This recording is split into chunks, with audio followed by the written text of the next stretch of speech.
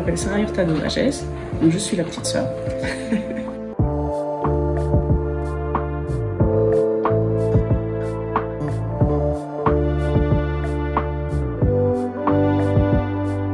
L'épigénétique, c'est un grand mot, ça veut dire quoi? Alors l'épigénétique, c'est un grand mot, effectivement.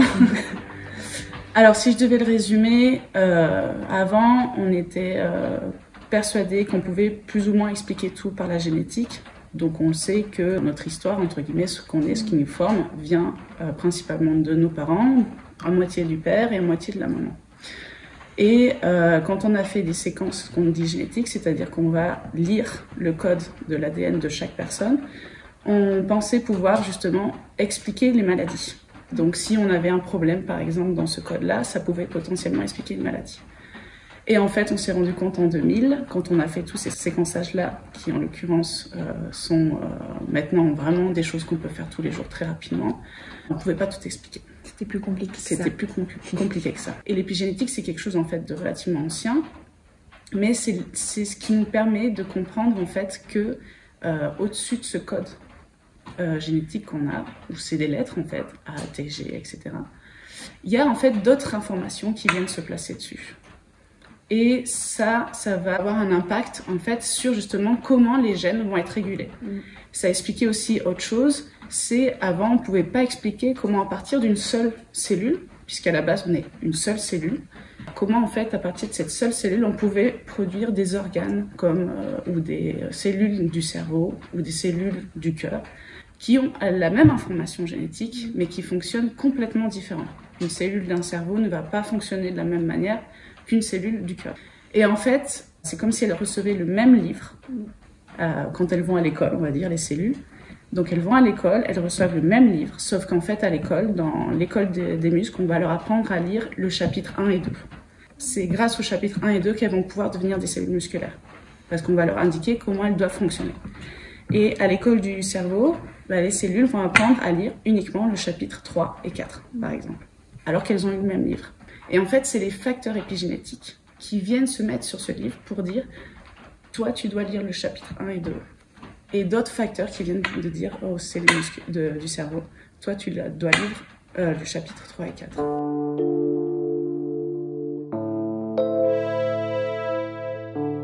Souvent, on oppose l'art et la science. Quelque part, nous, on a un parcours un peu similaire malgré tout, parce que toutes les deux, on aimait beaucoup l'art et la science. Voilà. L'une était extrêmement bonne en sciences aussi, mais on s'est spécialisé dans l'une dans un domaine et l'autre dans l'autre domaine. Ce qui a fait que du coup aussi on a abandonné, de par nos profils et notre parcours d'études, on a un peu abandonné l'autre champ qui nous intéressait aussi, et la sœur a complété le champ qu'on n'avait pas pu étudier à titre personnel. Et pour le coup, c'est parti aussi d'un constat qui était que, en ayant fait de la recherche, personnellement, en tout cas, je me suis rendu compte qu'il y avait beaucoup de travail à faire en communication, en sciences. Autant au niveau de la communication qu'il peut y avoir entre les scientifiques et la société, mais aussi entre scientifiques. Il y a plusieurs niveaux de communication qui posaient problème, à mon avis. Par exemple ? En fait, quand il y a des présentations de scientifiques, il y a beaucoup de données, très peu de vulgarisation, alors qu'en fait, même moi, en fait, même si je travaille sur l'épigénétique, je travaille dans un truc très spécifique. Donc c'est pour ça que normalement on est censé amener avec une introduction, mais souvent les intros, il y avait que les personnes du domaine qui pouvaient les comprendre. Et les conférences qui me plaisaient particulièrement, c'était vraiment des personnes qui, même des fois, n'étaient pas dans mon domaine, mais qui avaient vraiment une qualité de communication et qui nous entraînaient dans leur recherche. Et c'était pas souvent. À quel moment intervient aussi la complémentarité avec un objet créatif et artistique pour permettre justement la compréhension finalement par le plus grand nombre entre chercheurs ou entre chercheurs et société? Il y a des études qui ont démontré que le fait d'associer un schéma ou une image à un texte permet de le rendre plus intelligible et de mieux le mémoriser. Et souvent, par exemple, une image qui va représenter l'objet de la recherche va permettre déjà d'initier le processus de réflexion et donc de compréhension de ce qui va être amené ensuite par le chercheur. Et puis moi, je pense que la démarche artistique, ou en tout cas la démarche de design, permet d'ouvrir un pas de côté, qui est souvent salutaire parce que du coup, c'est un regard neuf sur la recherche. Et du coup, par le besoin qu'a le scientifique de faire comprendre ce qu'il est en train de rechercher ou ce qu'il est en train de découvrir, il a besoin d'imaginer comment il doit le faire comprendre justement à l'artiste ou au designer, etc. Et donc ça passe aussi souvent justement par l'image ou par une narration. Ça peut être une narration aussi. Mais du coup, il y a forcément déjà une première étape de vulgarisation. Le but vraiment pour moi, je pense, du design, c'est d'apporter cette lisibilité. Parce que c'est ça aussi un design. C'est un outil de clarification voilà, de la démarche de recherche. Que ça soit à l'école ou à la fac, ces choses-là, il y avait beaucoup de visuels qui me manquaient. Et je me souviens qu'il y avait des cours où il y avait certains professeurs qui nous avaient montré des vidéos qui nous permettaient de comprendre des mécanismes. Et tout de suite, moi, c'était rentré dans la tête. Et c'est quelque chose que moi, personnellement, mais je pense Lynn aussi, on a envie d'offrir aux gens qui, même qui sont par exemple dans l'étude des sciences, mais pas que pour beaucoup.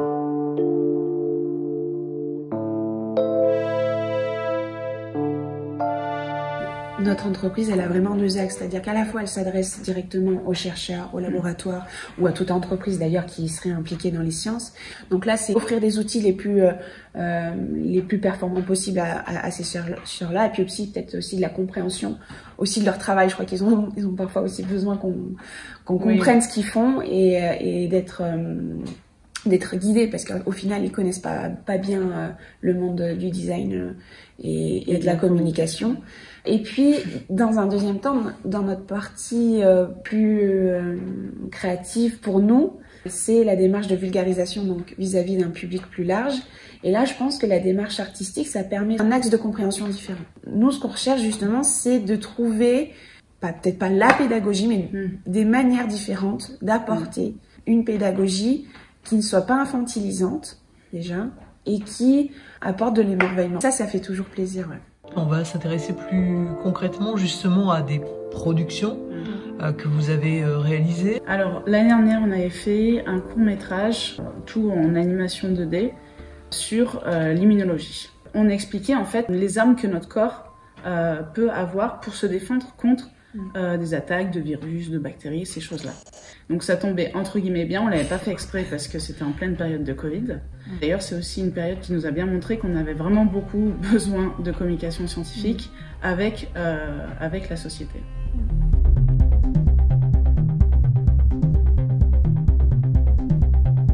Et cette année, c'était un film plus sur la cellule.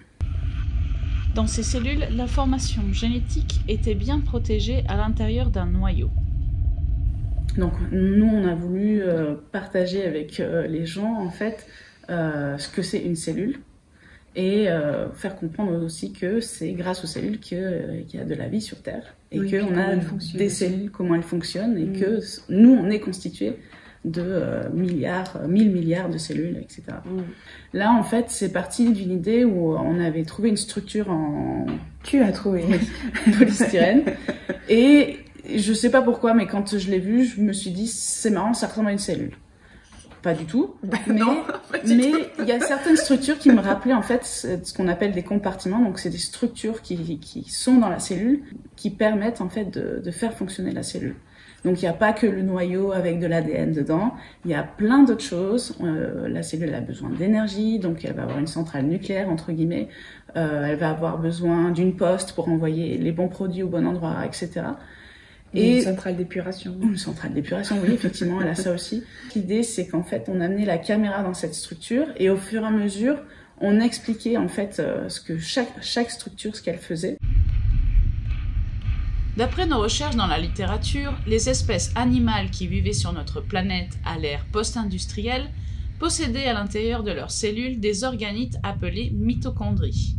Elles avaient pour fonction principale de produire de l'énergie sous forme d'ATP. Et on a amené un peu une idée aussi que ça serait potentiellement une espèce dans le futur. Donc l'idée c'était vraiment d'amener les gens en fait dans cette idée-là où potentiellement dans le futur il y avait une espèce vraiment du coup microscopique ou quelque chose comme ça et qui découvrait le vestige d'une cellule humaine par exemple. Ou animal en général. Après voilà, c'est un autre type de court-métrage qu'on va retravailler, mais c'est peut-être aussi un autre type de public qu'on atteint avec ça. On avait envie de quelque chose d'hybride, de peut-être plus artistique. Ce qui était intéressant au final dans ce qui s'est passé pour la fête de la science à Saint-Étienne, c'est que comme on était présente, on a bondi et au final c'est ça qui nous a fait réfléchir, c'est qu'au contact du public, on n'a pas eu envie de les laisser un petit peu seuls face au court-métrage et puis basta, on passe à autre chose et voilà. On trouve qu'il y a beaucoup de choses qui sont faites à destination des enfants, c'est très bien. Il y a justement à travailler ce statut de celui qui sait et celui qui sait pas. Et souvent, c'est plus facile avec les enfants parce qu'ils sont dans ce statut naturel de celui qui est à un âge où il doit apprendre. Et il y aurait cet âge où on devient adulte et où des fois il y a peut-être une petite honte ou un petit malaise. Et nous, on aimerait justement travailler là-dessus pour comment trouver des outils pour amener les gens à s'intéresser et à pas se sentir mal à l'aise par rapport justement au savoir. Et c'est pour ça justement que je crois que l'échange aussi, c'est quelque chose d'intéressant avec les adultes. Aussi, ouais.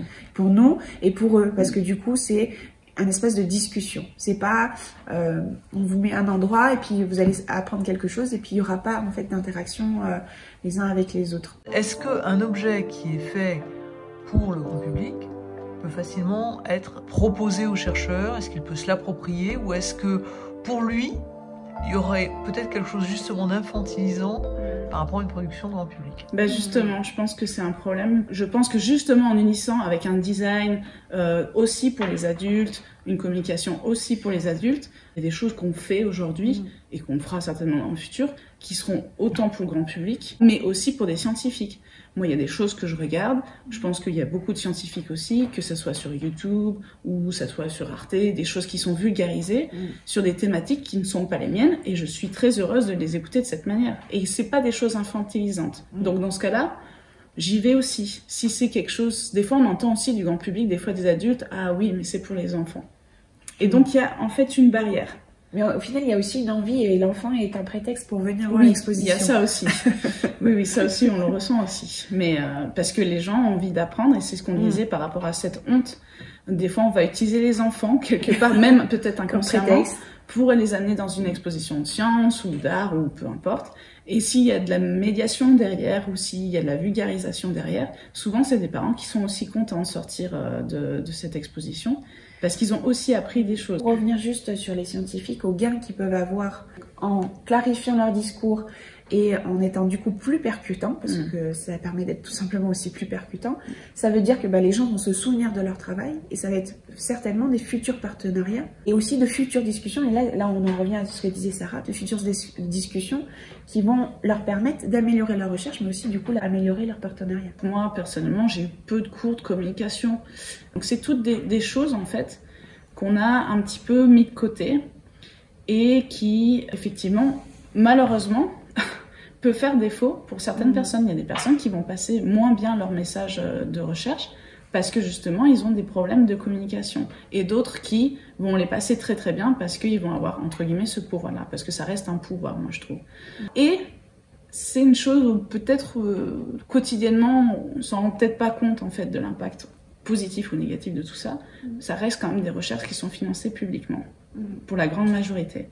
Et donc ça veut dire quoi? Ça veut dire que peut-être des gens un peu plus hauts, mais vont devoir en fait défendre que ça soit la recherche fondamentale ou appliquée pour avoir des financements, des choses comme ça. Et ça, si eux-mêmes, les scientifiques, n'arrivent pas à faire ces choses-là, soit il faut les aider, donc il faut avoir des structures qui vont le faire à leur place, et donc ils vont devoir aussi participer pour les aider, soit on doit leur donner des outils pour pouvoir le faire eux-mêmes. Moi, j'entendais souvent dans des commentaires même de cours de communication, on doit donner ça à la société, on doit leur communiquer ce qu'on fait. Sans parler de devoir, c'est un pouvoir et c'est aussi une chance. C'est une chance de pouvoir partager ce qu'on sait et c'est une chance d'apprendre des gens qui savent.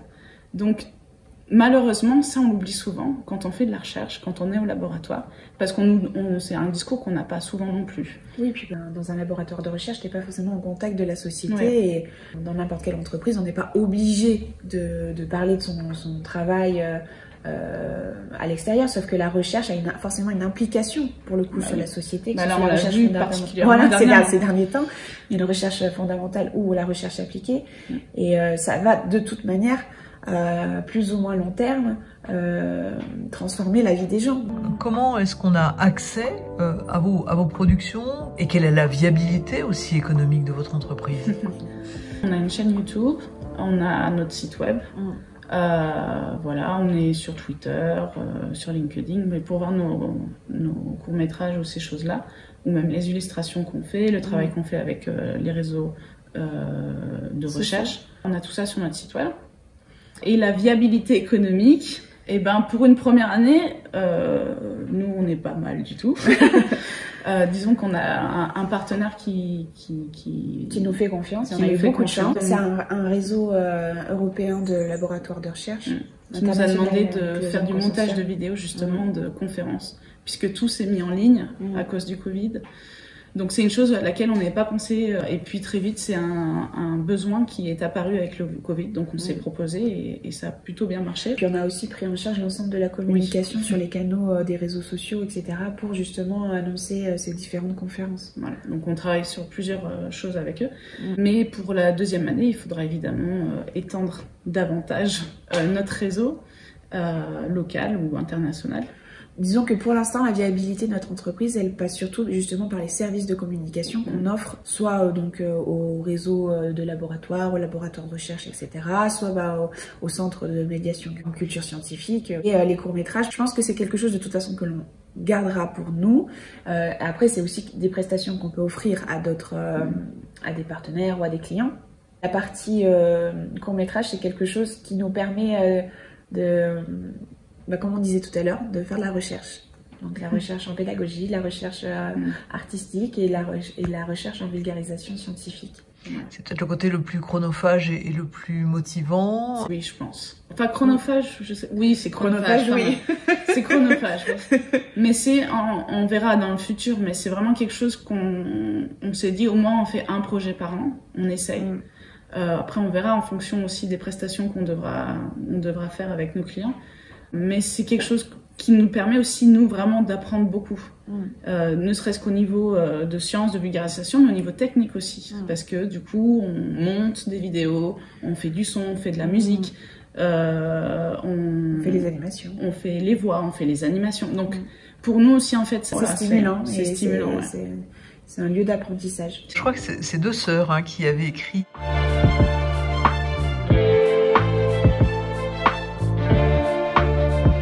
L'une parce que c'était ses recherches et l'autre pour la partie illustration. Est-ce que le fait d'être deux sœurs, d'avoir aussi ce genre d'initiative, est-ce que ça a été un petit peu un déclic pour vous ou pas du tout? En fait, pour le coup, les deux sœurs dont vous parlez, on en a parlé quand on avait déjà créé l'entreprise. Mais du coup, ça fait plaisir qu'on ne soit pas toute seule. Et je crois que le fait qu'on soit deux sœurs, et puis comme on dit dans deux champs différents, ça nous apporte cette complémentarité et aussi cette compréhension de l'autre. Il y a une véritable envie de comprendre l'autre et une véritable envie de découvrir ce qu'elle a découvert de son côté et d'apporter à l'autre la culture, son savoir, la culture, et puis ça se passe pas toujours. Il y a des hauts débats. Il y a des hauts débats, voilà. Mais moi, je dirais surtout le mot qui me vient à l'esprit, c'est la confiance. Je pense que monter une entreprise, il faut avec un partenaire, il faut avoir une confiance quand même relativement élevée. Et moi, personnellement, dans ma vie, je l'ai trouvé qu'avec des gens de ma famille. Même si j'ai des amis très très proches, j'ai eu des collègues extraordinaires, je sais que sur certains points, j'ai vraiment besoin de faire une grande confiance. Et aussi au naturel. Quand on est en train de travailler, on est naturel. On ne joue pas un jeu. Et c'est pour ça que des fois, il y a des hauts débats. Mais on peut se dire les choses comme elles sont. Et ça, je crois que C'est vraiment important. Tu sais, quand tu disais tout à l'heure par rapport à l'épigénétique, comme quoi il y a 2 cellules et en fonction de là où elles sont, moi je crois qu'on est un peu ça, c'est-à-dire qu'on est 2 cellules et on n'a pas pris les mêmes chemins, mais on a le même bouquin de base, donc du coup on arrive à bien travailler ensemble. C'est une super conclusion. Merci beaucoup à toutes les deux. Merci.